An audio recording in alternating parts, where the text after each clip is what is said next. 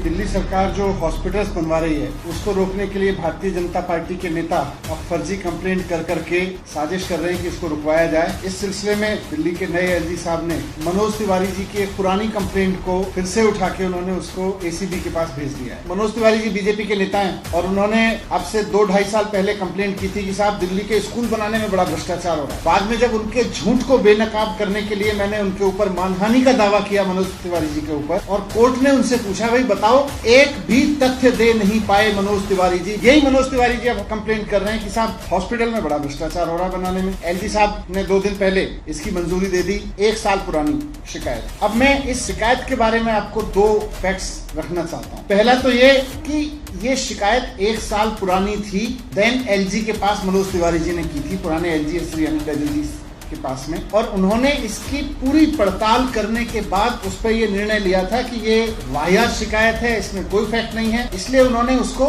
आगे जांच के लायक ही नहीं समझा। अब नए एलजी साहब ने वापस इस शिकायत को फिर से उठाया और इसको एसीबी को दे दिया। फिर से कह रहा हूं कि हम किसी जांच से नहीं डरते, लेकिन आप प्रोसीजर तो फॉलो करोगे। प्रिवेंशन ऑफ करप्शन एक्ट कहता है कि इंजीनियर के खिलाफ, किसी भी अधिकारी के खिलाफ जांच के आदेश देने के लिए राज्य सरकार की मंजूरी जरूरी है। ये प्रिवेंशन ऑफ करप्शन एक्ट कहता है। लेकिन इसको वायलेट करते हुए एलजी साहब ने बिना राज्य सरकार से पूछे हुए सीधे उसको एसीबी को दे दिया। 2 ही चीजें हैं, या तो एलजी साहब पूरी तरह से अब ये है भाई भाजपा का कोई भी कार्यकर्ता दिल्ली के किसी भी काम को रुकवाना चाहता है तो शिकायत करो, हम एसीबी को देंगे। इंजीनियर बेचारा डरेगा, नीचे जूनियर इंजीनियर डरेगा, नीचे अधिकारी काम करने वाला डरेगा, वो काम करना बंद कर देगा। तो दिल्ली वालों के काम रुकवाने या तो एलजी साहब को, या वो प्रोसीजर के बिना ही सारी चीजें करना चाहते हैं। दिल्ली में अगर करप्शन रोकना है तो ये बीजेपी के गुंडागिरी करने वाले लोगों को छोड़िए सर, आप जनता से शिकायतें मांगिए और फिर देखिए एमसीडी, डीडीए, दिल्ली पुलिस कैसे ऊपर से नीचे तक भ्रष्टाचार में डूब के काम कर रहे हैं, आपको जनता बताएगी और उस पर जांच करिए। दिल्ली सरकार के डिपार्टमेंट में भी मांगिए और वहां से जो शिकायत आए हम पूरा सहयोग करेंगे, हर एक की जांच करेंगे। लेकिन इसका मतलब ये नहीं है कि